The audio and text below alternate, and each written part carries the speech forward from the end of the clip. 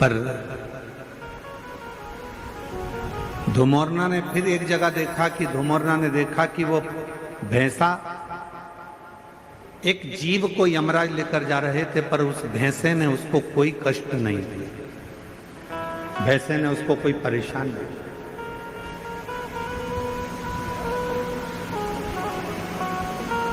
अब किसी को तो भैंसा मारता था और किसी को नहीं मारता था, किसी को कष्ट देता था, किसी को नहीं देता था। धुमोरना के मन में यमराज की धर्मपत्नी ने विचार करा, आखिर ये हो क्या रहा? जब यम की आज्ञा है कि कष्ट देना है तो देना चाहिए, फिर ये भैंसा किसी को कष्ट देता है, किसी को नहीं देता है, किसी को अच्छा रखता है, किसी को बुरा रखता है, आखिर ऐसा हो क्यों रहा?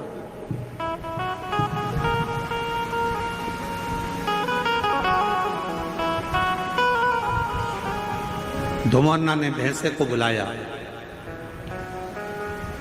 और भैंसे को बुलाकर धुमोरना ने कहा, क्यों रे पौंड्रक, ये बता कि किसी किसी को यमराज जब खींच कर लेकर जाते हैं, प्राण जब छूटते हैं, तो किसी को तो तू बहुत कष्ट देता है, किसी को तो तू खूब मारता है, कष्ट देता है, परेशान करता है, उसको खूब खूब रोनता है, पाँव से भी रोनता है, सींगों से भी रोनता है, किसी किसी को तो बहुत कष्ट देता है।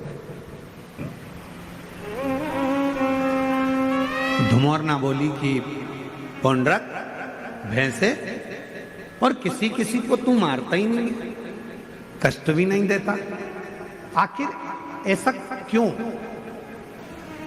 किस लिए?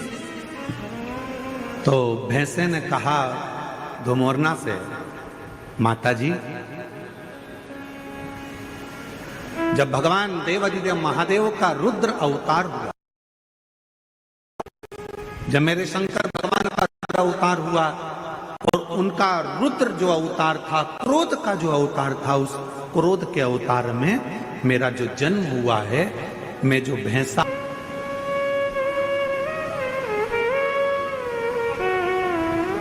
और मेरा जन्म हुआ रुद्र की जंघा से। जब मेरा जन्म हो गया रुद्र की जंघा से, तो मैं समझ नहीं पाया कि मैं कहां जाऊंगा। तब देवाधिदेव महादेव ने कृपा कर कर मुझे यमराज को दे दिया और मैं यमराज का सेवक बन गया। यमराज ने कहा कि तुम यदि मेरे पास में रहोगे तो मेरी आज्ञा का पालन करना पड़ेगा। तो देवाधिदेव महादेव जी ने कहा कि यमराज को मैंने तुम्हें दिया है तो तुम्हें इसकी आज्ञा का पालन करना है, तुम आज्ञा का पालन करो। और यमराज की आज्ञा का पालन धुमोरना से भैंसा कहता है कि मैं करने लगा।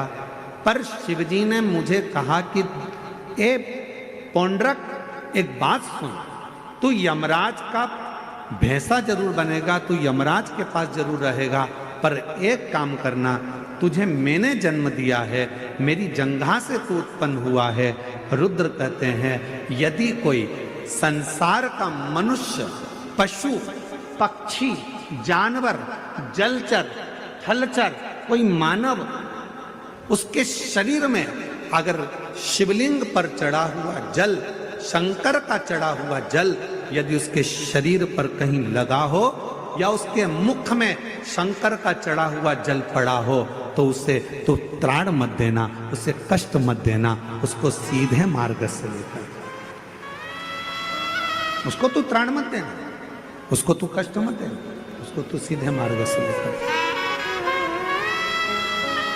उसको तू परेशान मत करना।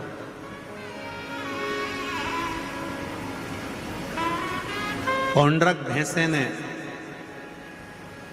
वचन दे दिया देवाधिदेव महादेव को कि मैं वचन देता हूं रुद्रदेव, ये मेरा वचन है, जिसके मुख में शिव का चढ़ा हुआ जल होगा, जिसके शरीर पर शंकर का चढ़ा हुआ जल छीटा गया होगा, उसको ना यमराज परेशान करेगा ना ये भैंसा परेशान करेगा, वो सीधे कैलाश धाम की ओर जाए।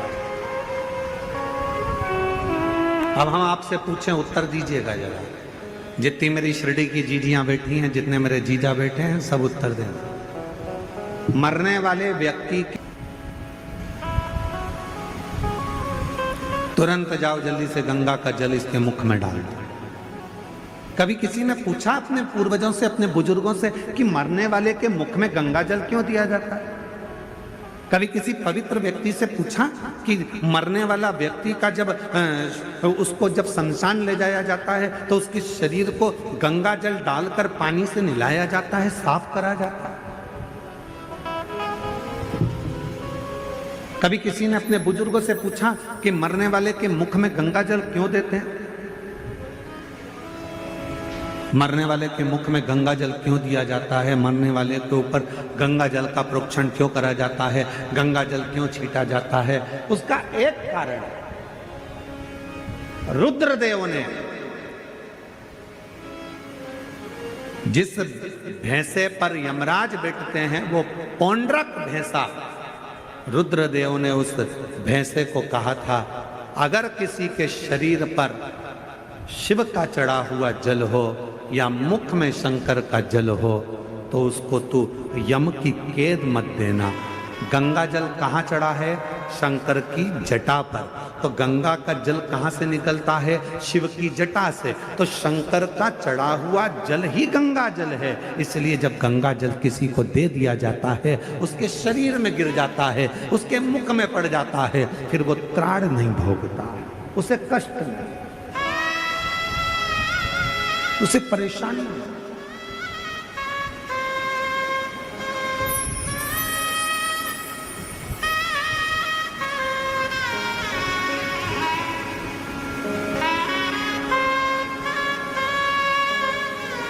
महाराज,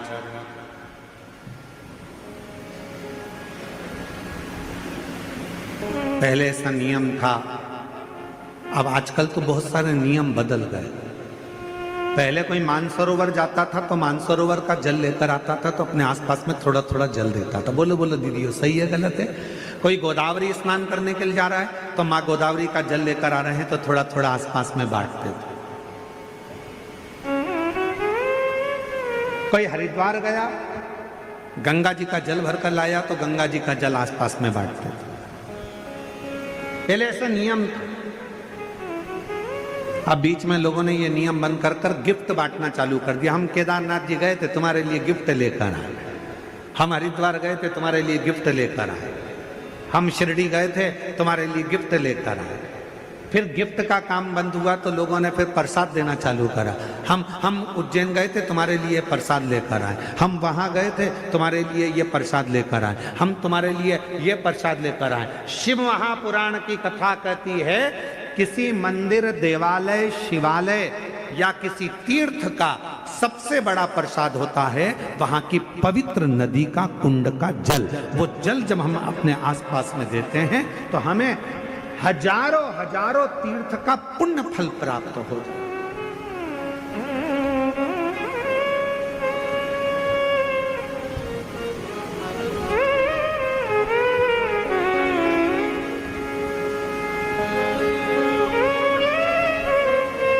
उस तीर्थ का जो जल है वो सबसे ज्यादा पवित्र। कहां गए थे भैया? हरिद्वार गए थे। क्या लेकर आए? प्रसाद नहीं लाए। फिर कहाँ गए थे भैया? बद्रीनाथ गए थे। क्या लेकर आए? तो कहा हम कुछ लेकर नहीं आए, हम तो केवल थोड़ा सा माँ अलकनंदा का जल लेकर आए। हम कहाँ गए थे? यमुनोत्री, हम यमुना जी का थोड़ा सा जल लेकर आए। हम कहाँ गए थे? नासिक, त्र्यंबक, हम गोदावरी माँ का जल लेकर आए। हम कहाँ गए थे?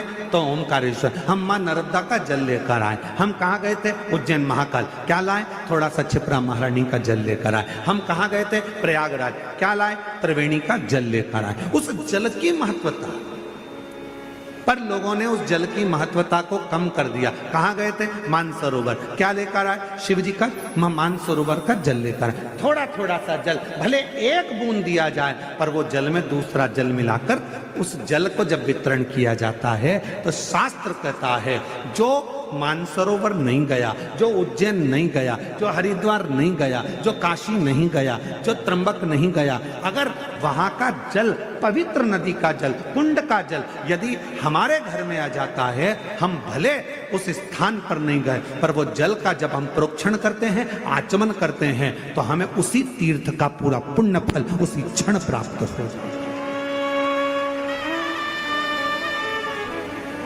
अब आजकल का जमाना थोड़ा दिखावे का हो गया, तो लोग कहते हैं कहाँ गए थे साहब, तो कहा हम यहाँ गए थे, हम वहाँ से गिफ्ट लेकर आए, हम शिरडी गए थे, वहाँ से तुम्हारे लिए गिफ्ट लाए, हम वहाँ त्र्यंबक गए थे, गिफ्ट लाए, उज्जैन गए थे, गिफ्ट लाए। गिफ्ट नहीं,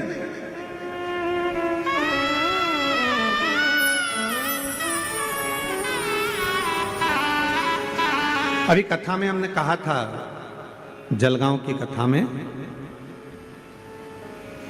कि करवा चौथ पर तुम्हारा पति तुमको गिफ्ट दे। बोला था कि नहीं बोला था? अरे जम के तो बोलो। तुम अपने पति को सौगंध दिलवाना करवा चौथ के दिन कि तुम मुझे गिफ्ट दे रहे हो, चलेगा, पर मुझे भी एक गिफ्ट चाहिए कि तुम कसम खाओ, सौगंध खाओ कि जब भी गाड़ी चलाओगे तो हेलमेट जरूर लगाओगे, जब भी गाड़ी चलाओगे तो हेलमेट। ये गिफ्ट तो मुझे कि क्योंकि तुम हो तो मेरा घर है, तुम हो तो परिवार है, तुम हो तो मेरा कुटुंब है, तुम हो तो मेरे बच्चे हैं, और तुम हो तो मेरे। हेलमेट लगाओ, 4 व्हीलर गाड़ी चलाओगे सीट बेल्ट लगाओ, ये शपथ दिलवा।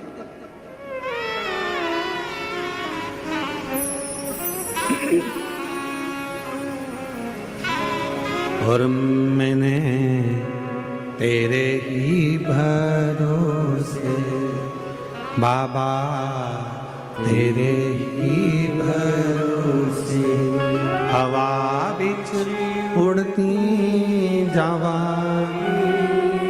बाबा डोर हर को छड़ीना में कटी जावागी, भोले मैं तेरी शंभो मैं तेरी हवा बिच उड़ती जावांगी, बाबा डोर हर तो छड़ीना में कटी जावांगी, भोले मैं तेरी शंभो मैं तेरी।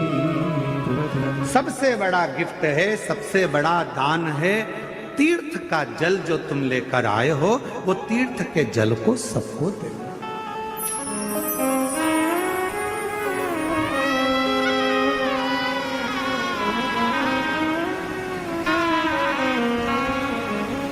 कि माता पार्वती जी ने शिव जी से 2 वर मांगे थे काशी में। पहला वर काशी में मांगा था माता पार्वती जी ने कि जिस पति पत्नी में झगड़ा हो उसमें प्रेम बहुत बढ़े। इसलिए आज भी पति पत्नी का आपस में झगड़ा होता है तो उनमें प्रेम बढ़ता है।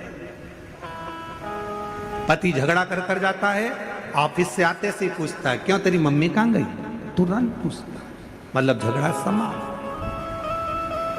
प्रेम। और पार्वती जी ने दूसरा वर मांगा था शिव जी से कि काशी में जो मरेगा उसको गुरु मंत्र तुमको देना पड़ेगा, काशी में मरने वाले को मोक्ष मंत्र आपको देना पड़ेगा। इसलिए शास्त्र की रीति है, हमारे यहाँ काशी खंड स्कंद पुराण का वर्णन करता है कि काशी में मरने वाले के कान में भगवान शंकर तारक मंत्र प्रदान कर देते हैं, और वो तारक मंत्र सुनते से ही काशी में मरने वाला फिर जन्म नहीं लेता, वो शिव का गण बनकर शंकर के धाम में शिव के आनंद में रहता है, फिर वो जन्म मरण के प्रपंच से छूट जाता है।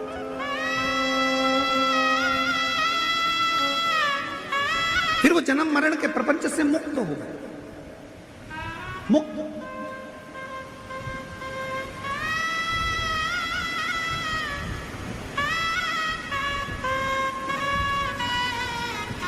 शिव महापुराण का काशी खंड कहता है, ध्यान, स्कंद पुराण का काशी खंड कहता है, कभी योग लगे